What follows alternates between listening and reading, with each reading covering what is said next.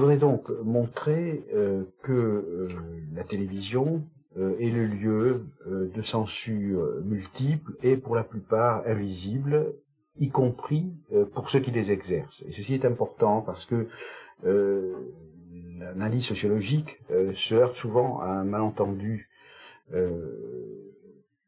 lorsque elle met au jour des mécanismes cachés. Ceux qui font l'objet de ces analyses, dans le cas particulier des journalistes, ont tendance à penser que le travail de dénonciation, avec une apostrophe, est un travail de dénonciation, et de dénonciation personnelle. Et ils se sentent en quelque sorte visés par les analyses. Alors que plus on avance dans l'analyse d'un mécanisme, d'un milieu, d'un fonctionnement social, plus en quelque sorte on est amené à dédouaner les agents de leurs responsabilités. Ce qui ne veut pas dire que on justifie tout ce qui se passe dans un univers social, mais plus on comprend comment il fonctionne, plus on comprend aussi que les gens qui le font fonctionner sont manipulateurs autant que manipulés. Ce qui ne veut pas dire qu'ils ne manipulent pas, et souvent ils manipulent d'autant mieux qu'ils sont eux-mêmes manipulés et inconscients de l'être. Donc j'insiste sur ce point, tout en sachant que malgré tout ce que je dis sera perçu comme ce qu'on appelle une critique. Donc c'est aussi une manière pour les groupes sociaux analysés de se défendre contre l'analyse. Donc la télévision est le lieu de censure. Ces censures, on s'attend à ce que je dise qu'elles sont politiques. Et on pense que effectivement la télévision est sous le contrôle des gouvernements, des ministres de l'information. On proteste contre le fait que la France est un ministre de l'information, ce qui évidemment n'est pas très défendable, mais l'important n'est pas tellement là. On peut penser aussi aux censures économiques. En fait, il est vrai que, en dernier ressort, on pourra dire que ce qui pèse sur la télévision, c'est toute la logique économique. Alors, j'ai bien en dernier ressort, en dernière analyse. Cela dit, dire simplement que ce qui se passe à la télévision est déterminé par les gens qui possèdent la télévision, par les annonceurs qui payent la publicité, par l'État qui donne des subventions, je pense que c'est très insuffisant et que si on ne savait sur une chaîne de télévision que le nom du propriétaire, la part des annonceurs dans le budget, des différents annonceurs, etc., et le montant de subvention, on ne comprendrait pas grand-chose. Voilà, ce sont des choses tellement grosses et grossières que la critique la plus élémentaire les perçoit. Il me semble que ce que je veux montrer est beaucoup plus subtil et donc beaucoup plus dangereux. Bon, je parle souvent de violence symbolique. Enfin, bon, c'est une notion qui peut paraître abstraite et difficile, mais je crois qu'elle est utile en l'occurrence. La violence symbolique est une violence, ce sont des coups en quelque sorte, bon, qui s'exerce avec en quelque sorte la complicité tacite de ceux qui la subissent et de ceux qui l'exercent, dans la mesure où les uns et les autres sont inconscients de subir cette violence. Et un des rôles de la sociologie, enfin c'est son métier, elle fait comme toutes les sciences, elle dévoile des choses cachées, inconscientes, et ce faisant, elle peut contribuer un petit peu à minimiser la violence symbolique qui s'exerce dans les rapports sociaux, et en particulier dans le rapport de communication médiatique. Alors, ce que je veux montrer donc, c'est une série, je veux mettre le doigt sur une série de mécanismes qui font que la télévision cache. La télévision cache tout en montrant. Et en un sens, plus elle montre, plus elle cache. Plus elle dévoile, plus elle voile. Alors, bon, j'ai l'air encore de jouer au paradoxe, mais prenons le plus facile. Je vais aller constamment du plus facile, du presque conscient, jusqu'au, je crois, le plus difficile et le plus inconscient. Les faits divers. On pourrait dire, pour faire un jeu de mots, les faits divers, ce sont des faits qui font diversion. Le fait divers, c'est cette sorte de denrée élémentaire, rudimentaire de l'information, qui est très importante. Ça, je le dirai au moins 20 fois au cours de mon exposé. La rareté, la denrée la plus rare à la télévision, c'est le temps. Bon. penser qu'on emploie des minutes si précieuses pour dire des choses si futiles, ça veut dire que ces choses si futiles, en fait, sont très importantes dans la mesure où elles cachent les choses précieuses, elles cachent les choses importantes. Alors, si j'insiste sur ce point, c'est qu'on sait par ailleurs qu'aujourd'hui, je n'ai pas les chiffres précis en tête, je n'ose pas les dire de mémoire, on sait qu'aujourd'hui, une proportion très importante, qui est de l'ordre de plus de 50% des gens, ne lisent aucun quotidien. Autrement dit, sont voués, corps et âme, à la télévision. Or, si elle fait ce que je dis, c'est-à-dire si par exemple, en mettant en tête des faits divers, or vous pouvez vérifier, prenez France Info, dans 5 minutes, on peut faire la vérification, on va commencer par un fait divers, et de plus en plus, et puis quand ce n'est pas la page sportive, etc. Bon, en remplissant ce temps rare avec du rien, avec du vide, ou du presque rien, on écarte les informations pertinentes que devrait posséder le citoyen pour exercer ses droits démocratiques. La télévision a cette propriété qu'elle montre, bon. Mais on peut paradoxalement cacher en montrant. Bon, alors montrant, évidemment, en montrant autre chose que ce qu'il faudrait montrer, bon, si on faisait ce qu'on est censé faire, c'est-à-dire informer, mais on peut aussi cacher en montrant ce qu'il faut montrer, mais en le montrant de telle manière qu'on ne le montre pas, en montrant de telle manière que on le décompose, ou on le déconstruit, on le rend insignifiant, ou au contraire qu'on le construit de telle manière qu'il prend un sens qui ne correspond pas du tout à la réalité. Alors sur ce point, j'aurai l'embarras du choix, mais je prends 2 exemples qui sont empruntés à un très beau travail de Patrick Champagne dans La misère du monde. Patrick Champagne a fait un chapitre consacré à la représentation que les médias donnent des phénomènes de misère, de qu'on appelle de banlieue, etc., etc. Et il montre comment les journalistes, portés à la fois par les propensions inhérentes à leur métier, à leur vision du monde, à leur formation, à leur à leur disposition, etc., mais aussi par la logique de la profession dans laquelle ils se trouvent, etc. Il montre donc comment les journalistes, sous ces différentes contraintes, sélectionnent dans la réalité sociale et dans cette réalité particulière qu'est la vie des banlieues, un aspect tout à fait particulier et qui ne correspond en général pas à grand-chose. Alors, autrement dit, pour les choses très simplement, les philosophes appellent ça des catégories. Ce sont des catégories, ce sont des structures invisibles, bon, qui sont le principe de ce qu'on voit et de ce qu'on ne voit pas. Bon, la métaphore la plus commode qu'emploient les professeurs qui veulent enseigner Kant, ils disent au fond ce sont des lunettes. Bon, et je pense que c'est pas faux, ce sont des lunettes, mais d'un type très particulier, des lunettes qui structurent d'une certaine façon, qui disent ça c'est important, ça c'est pas important, ça c'est bien, ça c'est mal, ça c'est masculin, ça c'est féminin, etc. Bon, alors ces catégories, nous en avons plein la tête, elles sont le produit de notre éducation, de l'histoire, etc., etc.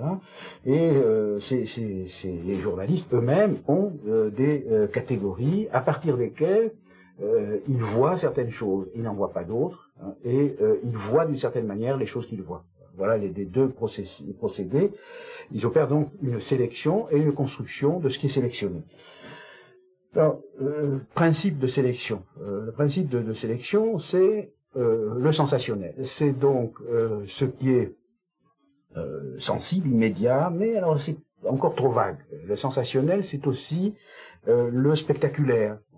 On est dans une logique du spectacle, on filme, etc., donc il est normal qu'on filme des choses spectaculaires. La télévision appelle en quelque sorte du spectaculaire, du sensationnel, elle appelle à la dramatisation, elle appelle à la vision dramatique, et un des problèmes étant d'avoir l'ouverture du journal. Il va y avoir une compétition entre les journalistes pour avoir l'ouverture, une compétition entre les journaux pour avoir la meilleure ouverture, etc., et tout ça va porter à la dramatisation.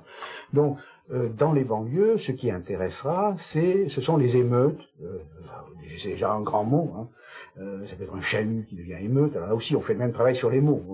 Avec des mots ordinaires, on n'a rien à dire, on n'épate pas le bourgeois, ni le peuple. Bon, donc il faut des mots extraordinaires. Donc, les journalistes, grosso modo, s'intéressent à l'exceptionnel pour eux. ce qui peut être ultra banal pour d'autres pourrait être extraordinaire pour eux. Grosso modo, donc, ils s'intéressent à l'extraordinaire. Là, je crois que c'est pour résumer ce que j'ai à dire, l'extraordinaire, en mettant tiré entre les deux mots, l'extraordinaire, bon, c'est-à-dire ce qui est extérieur à l'ordinaire, ce qui rompt avec la routine ordinaire. Et l'extraordinaire, c'est quoi? C'est ce qui n'est pas quotidien, ce qu'on ne voit pas tous les jours. Alors c'est bizarre, les quotidiens doivent parler de ce qui n'est pas quotidien. Alors c'est un problème. Et ils doivent parler quotidiennement de l'extra-quotidien. C'est du boulot, il faut voir, le métier de journaliste n'est pas facile, hein, je ne le critique pas. Donc l'extraordinaire, ça sera quoi? Ce qui sort du cadre quotidien. Bon, alors ça va être justement le fait divers, etc. Et aussi, alors c'est là que ça devient plus grave, ça va être ce qui est extraordinaire par rapport aux autres journaux. Bon, donc c'est la double définition, c'est ce qui est différent de l'ordinaire et ce qui est différent de ce que les autres journaux disent de l'ordinaire, ou disent ordinairement. Bon. L'image a cette force exceptionnelle qu'elle peut produire ce que les critiques littéraires appellent un effet de réel. Elle peut faire croire, elle peut faire voir et faire croire à ce qu'elle veut faire, à ce qu'elle fait voir. Et cette sorte de puissance d'évocation a des effets de mobilisation. Elle peut faire exister pas seulement des idées, pas seulement des images, des représentations, elle peut faire exister des groupes. Alors, il y a un autre exemple que prend Patrick Champagne dans son texte, c'est la grève des lycéens des années, je ne sais plus, il y en a eu tellement, grâce à Dieu, bon, c'était une des grèves des lycéens, et bon, c'était un petit événement dont le traitement illustre parfaitement tout ce que je viens de dire. Les journalistes avaient en tête 68, alors bon, est-ce que ça serait pas de nouveau 68? Si 68, il faut vraiment pas le rater. Bon, alors on commence à filmer, puis on a affaire à des ados pas très politisés, qui savent pas trop quoi dire. Alors on crée des porte-paroles, les porte-paroles se prennent au sérieux, etc. Bon, et de fil en aiguille, bon, la télévision qui prétend enregistrer, enfin qui prétend être un to record, enfin comme on dit, d'être un instrument d'enregistrement, bon, devient un instrument de création, de réalité. Bon, elle fait voir, elle fait croire, et alors ça conduit à des choses extrêmement importantes. On va de plus en plus vers des univers où le monde social est décrit, prescrit par la télévision. La télévision devient en quelque sorte l'arbitre de l'accès à l'existence sociale et politique. C'est des gros problèmes de la politique, c'est de savoir comment imposer des principes de vision du monde, toujours les fameuses catégories, imposer des lunettes telles que les gens voient le monde selon certaines divisions. Ils disent ce qui est important, ce que entre les jeunes et les vieux, ou les étrangers et les Français, etc. Bon, cette opposition, ces principes d'opposition, on les impose et on fait des groupes. C'est ça l'enjeu. Et ces groupes se mobilisent et font convaincre de leur existence, font pression, font reculer le gouvernement, comme on dit, etc. Bon. Et dans ces luttes aujourd'hui, un des choix devient faut-il manifester pour la télévision ou manifester, bon, et ceux qui en sont encore à croire qu'il faut manifester, que ça suffit, risquent de rater leur manifestation. Il faut de plus en plus produire des manifestations pour la télévision, c'est-à-dire des manifestations de nature à intéresser les gens de télévision, étant donné leur catégorie de perception. Voilà. Alors, j'ai dit jusqu'à présent, j'ai parlé comme si le sujet de toutes ces actions était le journaliste. Alors évidemment, le journaliste est une entité abstraite qui n'existe pas. Ce qui existe, ce sont des journalistes extrêmement différents, selon le sexe, selon l'âge, selon le journal, selon le médium. Il n'y a presque rien en commun entre la présentatrice de TF1 et l'éditorialiste du Monde, etc., etc. Bon, donc il y a toutes sortes de divisions, il y a une dispersion très grande de la population. Le monde des journalistes est un monde divisé, où il y a des conflits, des concurrents, des hostilités, etc., etc. Cela dit, mon analyse reste vraie, je crois, parce que ce que j'ai à l'esprit, c'est que cette image que produit globalement la télévision est beaucoup plus homogène qu'on ne le croit en ce qui concerne les biens symboliques, enfin les messages, la concurrence homogénéise. Il suffit de comparer les couvertures des hebdomadaires français à 15 jours d'intervalle, on voit à peu près les mêmes titres. Il suffit de comparer les journaux télévisés, il suffit de comparer les journaux radiophoniques des chaînes à grande diffusion, au pire, l'ordre des informations change, disons au pire ou au mieux. En fait, il y a une sorte d'unification par la concurrence, et les produits télévisés sont des produits de collectif, mais pas seulement du collectif constitué par l'ensemble du journal ou l'ensemble d'une rédaction, mais du collectif constitué par l'ensemble des journalistes. C'est-à-dire que, bizarrement, on pourrait dire, on pose toujours la question, mais qui est le sujet d'un discours, hein? Je suis en train de parler, et qui parle? Est-ce que c'est moi? On n'est jamais sûr d'être le sujet de ce qu'on dit, hein. Pour une grande part, on dit des choses qu'on a apprises, etc. Bon, Descartes disait déjà, nous avons tous été enfants avant que d'être hommes. Enfin, nous disons beaucoup moins de choses originales que nous le croyons. Bon. Mais c'est particulièrement vrai dans des univers où les contraintes collectives sont très fortes, et en particulier les contraintes de la concurrence, dans la mesure où chacun des acteurs, des agents, des producteurs est amené à faire des choses qu'il ne ferait pas si les autres n'existaient pas, des choses qu'il fait pour arriver avant les autres, voilà. Alors, un phénomène très précis qui illustre très bien ça, c'est personne ne lit autant les journaux que les journalistes. C'est-à-dire, c'est une chose qu'on oublie. Moi, j'ai beaucoup d'amis journalistes et ça m'amuse toujours. Et ils me disent, ah, est-ce que tu as vu, est-ce que tu as lu, etc. Bon, c'est très étonnant. Ils pensent que tout le monde lit tous les journaux. Ils oublient, par exemple, que d'abord, il y a beaucoup de gens qui lisent pas les journaux, et ensuite que ceux qui lisent les journaux en lisent un.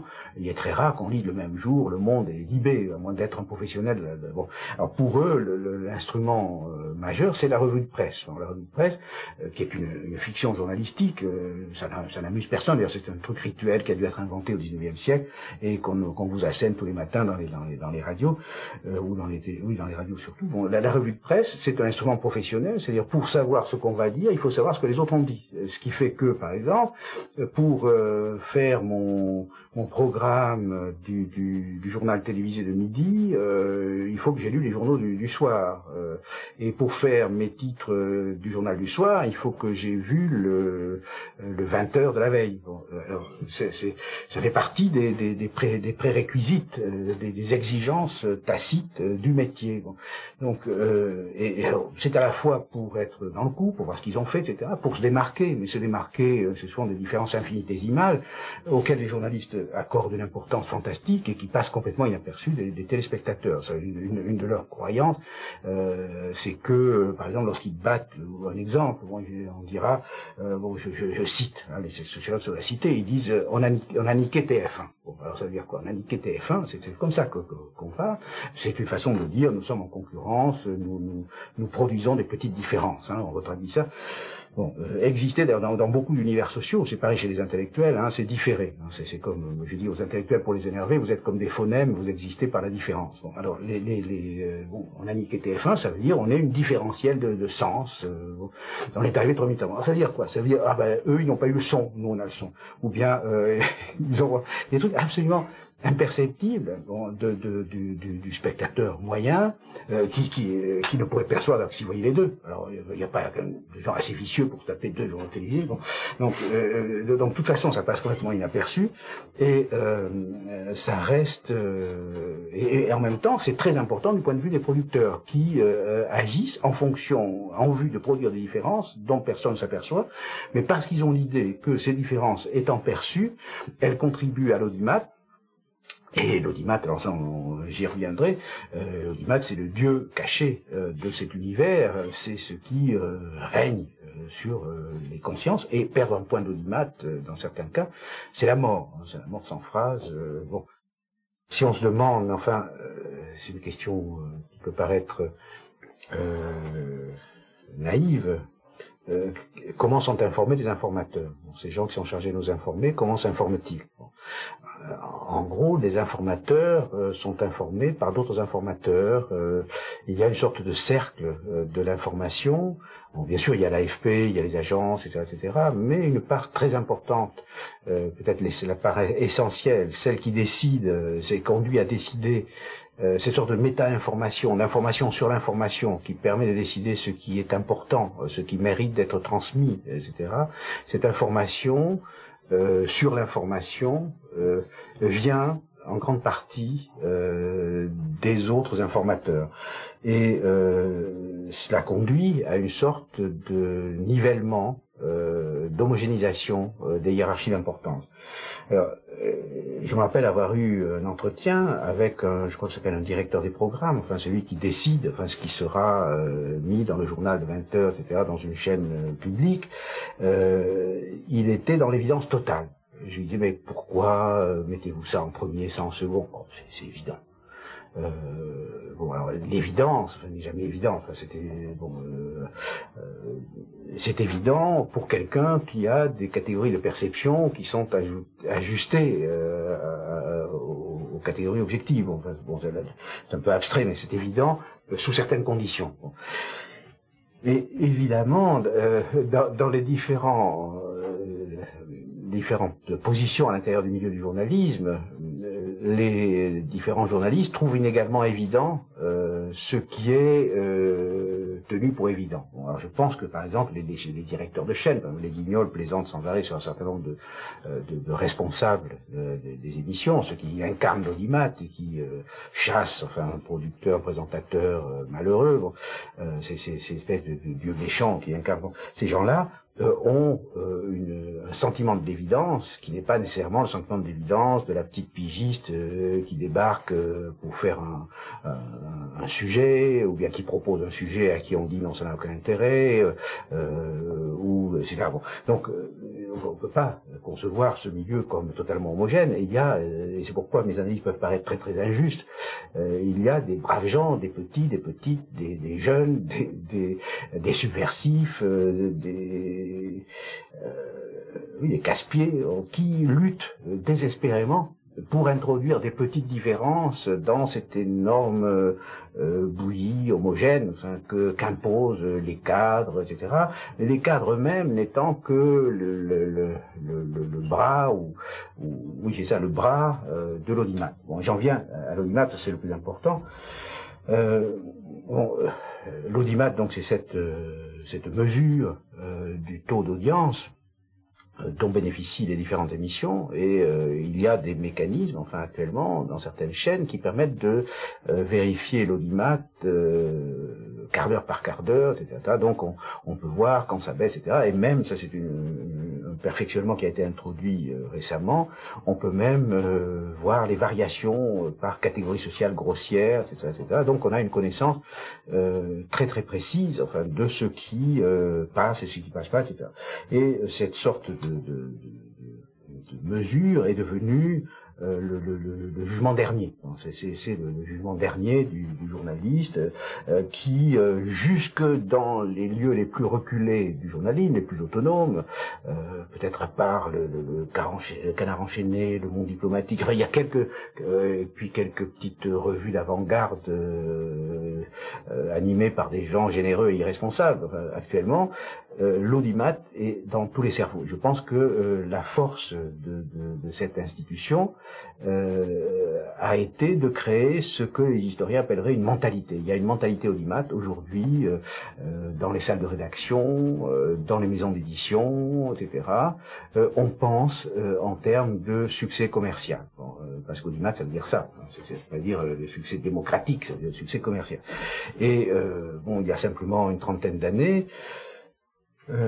et ça depuis le milieu du XIXe siècle, depuis Baudelaire, Flaubert, etc., le succès commercial pour un écrivain était suspect. Le succès commercial, enfin, pour un écrivain, oui c'est ça, dans le milieu des écrivains d'avant-garde, des écrivains pour écrivains, des écrivains reconnus par les écrivains, de même pour des artistes reconnus pour les artistes, le succès commercial immédiat était suspect. On y voyait un signe de compromission avec le siècle, avec l'argent, etc. À travers l'audimat, c'est la logique du commercial, bon, qui s'impose aux productions culturelles. Or, il est important de savoir que, historiquement, toutes les productions culturelles que nous considérons, au moins moi, et un certain nombre, heureusement je ne suis pas le seul, j'espère que un certain nombre de gens considèrent comme les productions les plus hautes de l'humanité, les mathématiques, la poésie, la littérature, la philosophie, etc. Tous toutes ces choses ont été produites contre l'équivalent de l'audimat. Elles ont été produites contre la logique du commerce. Or, voir se réintroduire cette mentalité audimat jusque dans les univers de production d'avant-garde, jusque chez les éditeurs d'avant-garde, jusque dans les institutions savantes qui se mettent à faire du marketing, etc.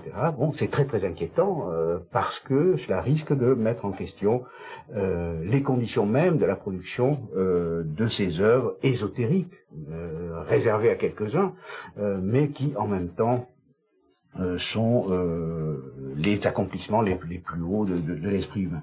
Donc l'audimat presse et introduit la logique du commercial. Et alors sur la télévision, il exerce un effet tout à fait particulier, c'est qu'il se retraduit par la pression de l'urgence, la concurrence entre les journaux, la concurrence entre les journaux et la télévision, la concurrence entre les télévisions prend la forme d'une concurrence temporelle pour le scoop, pour être le premier. Et par exemple, dans un livre de Alain Accardo, où il présente un certain nombre d'entretiens avec des journalistes, il montre comment les journalistes de télévision sont amenés, parce que tel médium, telle télévision concurrente a couvert une inondation, à découvrir l'inondation, en essayant d'avoir quelque chose que l'autre n'a pas eu. Enfin bref, il y a des objets, les innovations, les incendies, les catastrophes, etc., qui sont imposés aux téléspectateurs parce qu'ils s'imposent aux producteurs, et ils s'imposent aux producteurs parce qu'ils sont imposés aux producteurs par la concurrence avec d'autres producteurs, etc. Cette sorte de pression croisée que les journalistes font peser les uns sur les autres, donc, est génératrice de toute une série de conséquences qui se retraduisent par des choix, par des absences, par des présences, etc. Il est vrai qu'il y a un lien entre la pensée et le temps. Et je pense qu'un des problèmes philosophiques majeurs que pose la télévision, c'est le problème des rapports entre la pensée et la vitesse. Est-ce que on peut penser dans la vitesse? Est-ce que la télévision, en donnant la parole à des penseurs qui sont censés penser à vitesse accélérée, ne se condamne pas à avoir on pourrait dire des fast thinkers, des penseurs accélérés qui pensent plus vite que leur ombre, et qui pensent précisément. Alors on peut se demander pourquoi sont-ils capables de répondre à ces conditions tout à fait particulières. Pourquoi arrive-t-il à penser là où personne ne pense plus, parce que, semble-t-il, la réponse, parce qu'il pense par idée reçue. C'est-à-dire, c'est l'expression de Flaubert sur laquelle on ne réfléchit pas. Dictionnaire des idées reçues, ça veut dire des idées reçues par tout le monde, mais ça veut dire aussi des idées qui, quand vous les recevez, sont déjà reçues. Donc le problème de la réception ne se pose pas. Le problème de la communication, que ce soit la communication d'un livre, d'un message télévisuel, etc. Le problème de la communication majeure, c'est est-ce que les conditions de réception sont remplies? Est-ce que celui qui écoute a le code pour décoder ce que je suis en train de dire, etc. Bon, quand vous envoyez une idée reçue, c'est comme si c'était fait. Le travail est résolu. Vous envoyez alors les lieux communs qui jouent un rôle énorme dans la conversation quotidienne ont cette vertu, c'est que tout le monde peut les recevoir. Donc la pensée,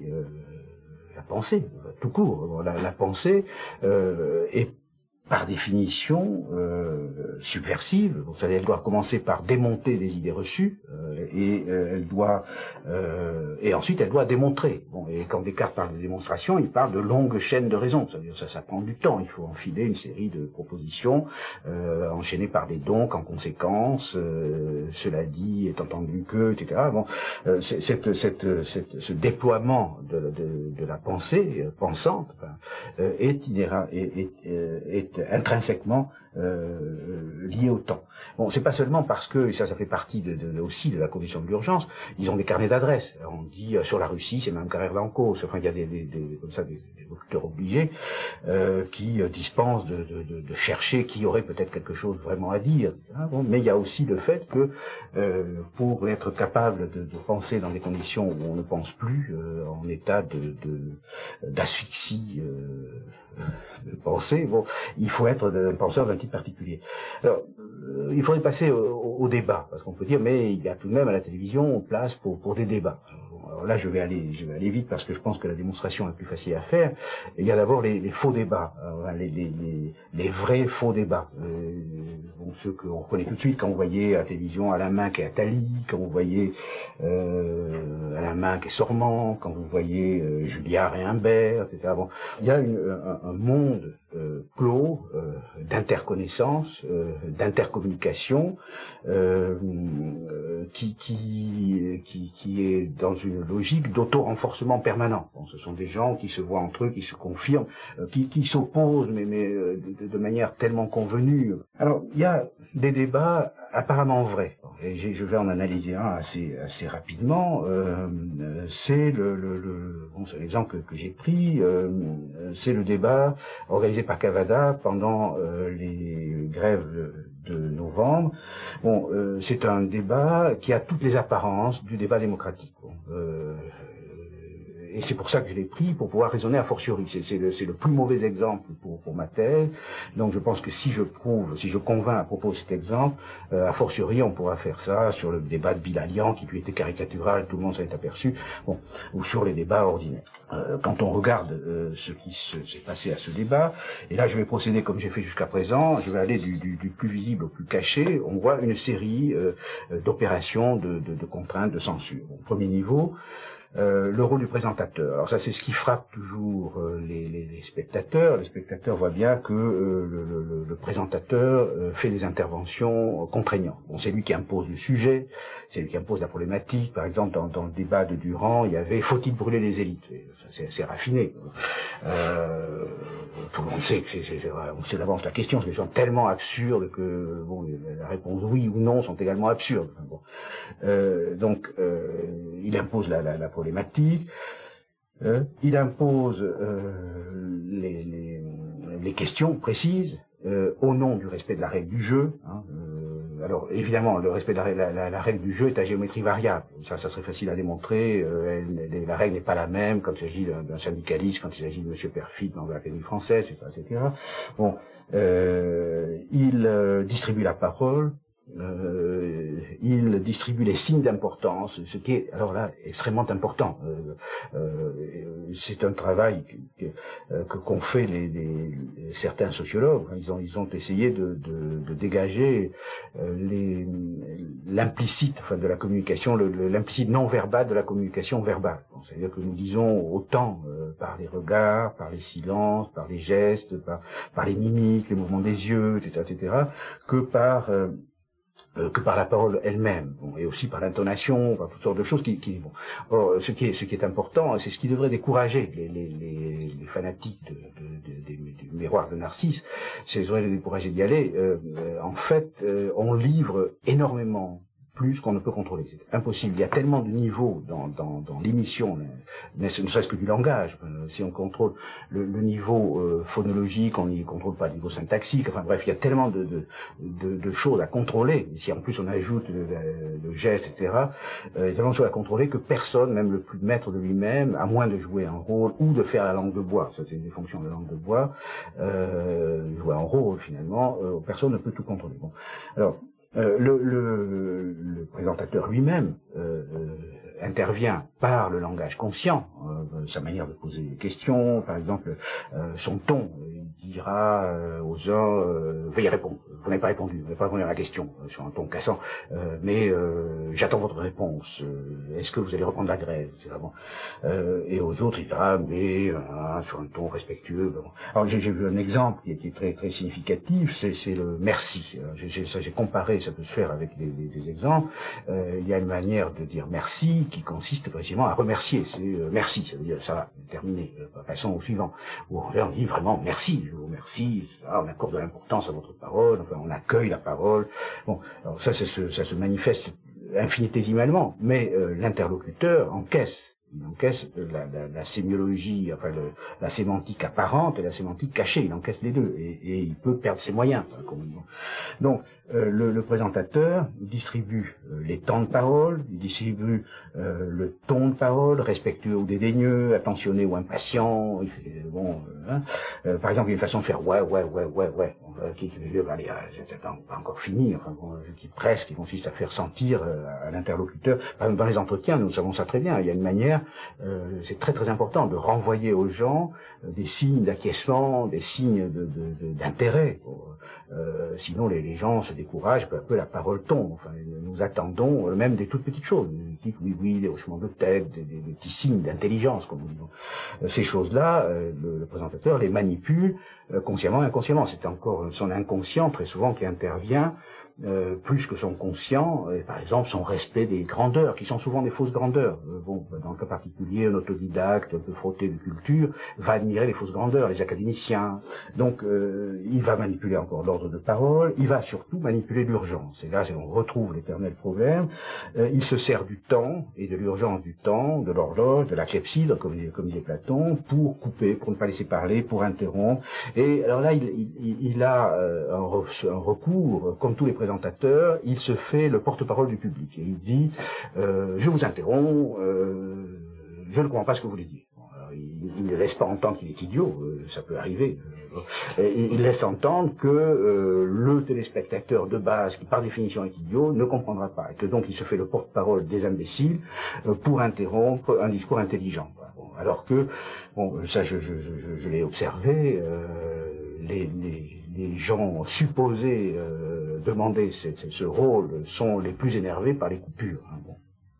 Les apparences de l'égalité sont respectées et on peut dire, dans le cas particulier, parce que ça pose un problème tout à fait important du point de vue de la démocratie, que évidemment tous les locuteurs ne sont pas égaux sur le plateau. C'est évident que quand vous avez des professionnels du plateau, c'est une habitude, etc., des professionnels de la parole et du plateau, et en face d'eux des amateurs, ça peut être les grévistes qui autour d'un feu de bois, etc., évidemment que c'est une inégalité extraordinaire, et que pour arriver à un tout petit peu d'égalité, il faudrait que le présentateur soit inégal, c'est-à-dire qu'il assiste, comme nous avons fait nous dans notre travail, quand nous voulons que quelqu'un qui n'est pas un professionnel de la parole parvienne à dire des choses, et souvent ils disent des choses tout à fait extraordinaires que les gens qui ont la parole à longueur de temps ne sauraient même pas penser, il faut faire un travail d'assistance à la parole. Pour ennoblir ce que je vais dire, c'est la mission socratique dans toute sa splendeur, ça consiste à se mettre en quelque sorte au service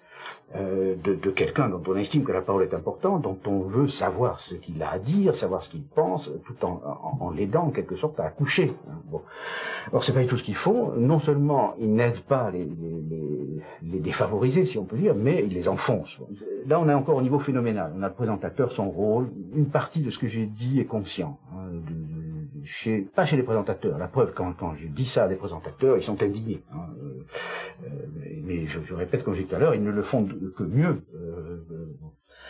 Deuxième niveau, la composition du plateau. La composition du plateau elle-même est extrêmement importante. C'est un travail invisible dont le plateau lui-même est le résultat.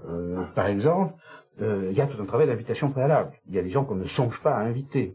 Il y a des gens qu'on invite et qui refusent. Il y a toute une série de plateaux est là, et c'est une illusion anthropologique.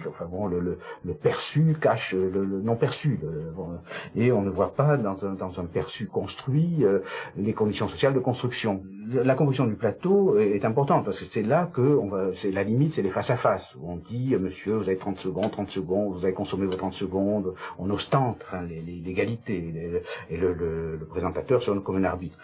Mais c'est toujours, la règle est toujours celle-là, je suis là pour que tout soit égal. En fait, le nombre d'acteurs, par exemple, il y avait deux catégories sur ce plateau. Il y avait des acteurs engagés. Les grévistes étaient des gens qui étaient des protagonistes. Et puis il y avait d'autres qui étaient aussi des protagonistes, qui avaient l'air d'observateurs. qui étaient là pour dire, il y avait des gens qui étaient là pour s'expliquer, en explication, mais pourquoi vous faites ça, pourquoi vous embêtez les usagers, etc., etc., et d'autres qui étaient là pour expliquer. Bon, ça c'était fait une grosse différence, qui était en position de métadiscours. Bon, alors dernière propriété invisible de cet espace, c'est la logique même de ce que du jeu de langage, comme dit le philosophe. C'est-à-dire il y a des règles tacites, enfin, de ce jeu qui va se jouer, et chaque univers social où se passe du discours a une structure telle que certaines choses peuvent se dire et d'autres non, etc. Alors, première implicite de ce débat, de ce jeu de langage, le modèle du débat démocratique réduit au modèle du catch. Bon, c'est-à-dire qu'en fait, il faut qu'il y ait des affrontements, le bon, la brute, etc. Bon, et en même temps, tous les coups ne sont pas permis, c'est-à-dire qu'il faut que les coups se coulent dans la logique du langage formel, du langage savant.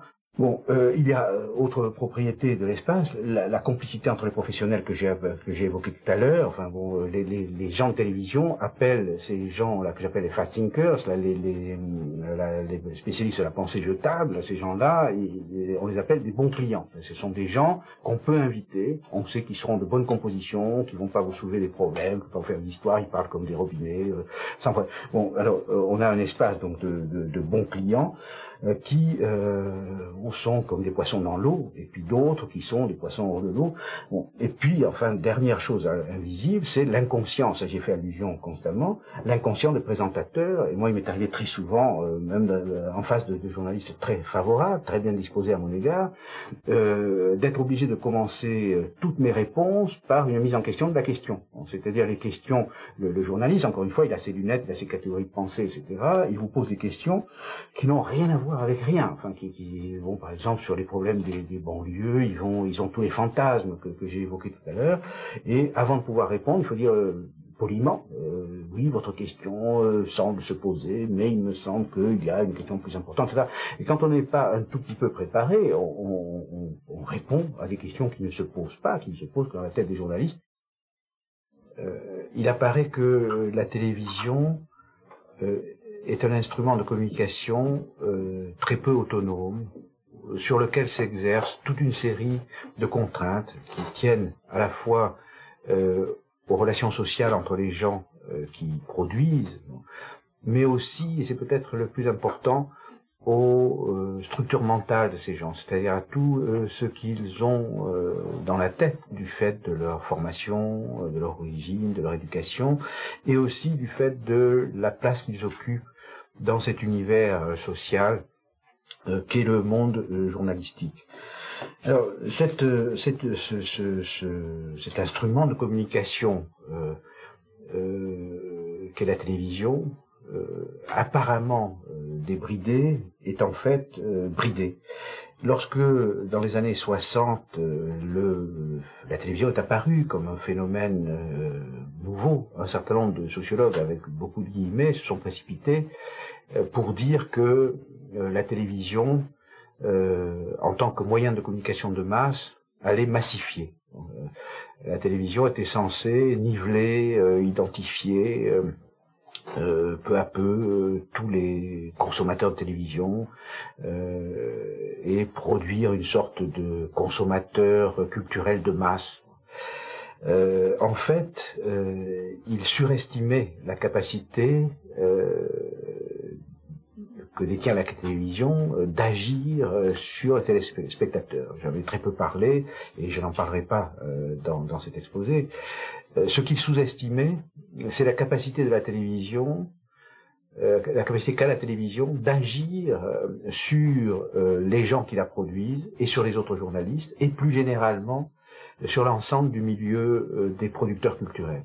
Et le phénomène le plus important, qui était assez difficile à prévoir, c'est l'extension extraordinaire de l'emprise de la télévision sur l'ensemble des activités de production culturelle, y compris les activités de production scientifique, y compris les activités de production artistique. Aujourd'hui, la télévision a modifié très profondément tous les univers sociaux, et elle a porté, et cela parce que elle porte à l'extrême, à sa limite, une contradiction qui hante tous les appareils de production culturelle. Et cette contradiction, il faut que je l'explicite rapidement, parce que elle était présente souterrainement dans tout ce que j'ai dit jusqu'à présent. C'est la contradiction entre les conditions dans lesquelles il faut être placé pour pouvoir produire un certain type d'œuvre. J'ai cité les mathématiques parce que c'est le plus évident, mais c'est vrai aussi de la poésie d'avant-garde, c'est vrai aussi de la philosophie, c'est vrai aussi de la sociologie, etc. Donc, contradiction entre les conditions sociales et économiques dans lesquelles il faut être placé pour pouvoir faire des œuvres qu'on appelle pures. Pur, c'est un mot un peu ridicule, disons autonomes par rapport aux contraintes commerciales, etc. Et d'autre part, les conditions sociales de transmission des produits obtenus dans ces conditions. C'est-à-dire, il y a une contradiction entre les conditions dans lesquelles il faut être pour pouvoir faire des mathématiques d'avant-garde, de la poésie d'avant-garde, et les conditions dans lesquelles il faut être pour pouvoir transmettre ces choses à tout le monde. Et la télévision porte à l'extrême cette contradiction, dans la mesure où elle subit plus que tous les autres univers de production culturelle la pression du commerce par l'intermédiaire de l'audimat, etc. Alors, ce qui advient, c'est que dans cet univers de ce petit monde, ce petit microcosme qu'est le monde du journalisme, les tensions entre ceux qui voudraient défendre les valeurs de l'autonomie, de liberté à l'égard du commerce, de liberté à l'égard de la commande, liberté à l'égard des chefs, liberté, etc. Bon, la tension entre donc ceux qui veulent défendre la liberté et ceux qui se soumettent à la nécessité et qui en sont récompensés. Bon, ces contradictions sont très grandes, et je pense qu'il y a dans le journalisme actuellement de très grandes tensions qui ne s'expriment pas parce que les conditions ne sont pas très favorables. Par exemple, il est très significatif que dans les mouvements de grève récents, la télévision et la radio ont été silence radio, alors que en 68, la radio et la télévision étaient un des lieux de contestation majeure. Pour venir donc je pense que ces tensions sont rentrées, ces tensions sont refoulées, sont censurées, et cela dit, la télévision est déchirée par toute une série de contradictions. Autrement dit, cette tension entre ce qui est demandé par la profession et les aspirations que les gens acquièrent dans les écoles de journalisme, etc., cette tension est de plus en plus grande, quoique il y a aussi une adaptation anticipée, c'est-à-dire qu'il y a une fraction de gens, on dit aux dents longues, ils sont mal vus, mais ils s'adaptent. Et un journaliste me disait récemment que la crise de la quarantaine qui était connue chez les journalistes il fallait arriver jusqu'à 40 ans pour découvrir que c'était pas du tout ce qu'on croyait. Et les journalistes faisaient une espèce de désenchantement qui coïncidait avec la quarantaine. Ça devient une crise de la trentaine, c'est-à-dire les gens découvrent de plus en plus vite les nécessités terribles du métier, et en particulier toutes les contraintes terribles associées à l'audimat, etc. Donc, pour une seconde, donc maintenant, pour comprendre, une chose importante, c'est que j'ai pu laisser entendre tout au long de mon exposé que j'ai pu laisser croire que j'imputais aux responsabilités individuelles des présentateurs, des communicateurs, etc., les phénomènes que je décris, en fait, pour comprendre vraiment, il faut passer au niveau des mécanismes globaux, au niveau des structures. Platon disait que nous étions les marionnettes de la divinité. Et en fait, il y a le monde de la télévision est vraiment un univers où on a l'impression que les agents sociaux tout en ayant toutes les apparences de l'importance, de la liberté, de l'autonomie, tout en étant entouré d'une aura extraordinaire. Enfin, les journaux de télévision chantent les louanges de ces gens. Ces gens-là sont très peu de choses. Enfin, sont des marionnettes d'une nécessité qu'il faut décrire, d'une structure dont il faut décrire les mécanismes. Voilà.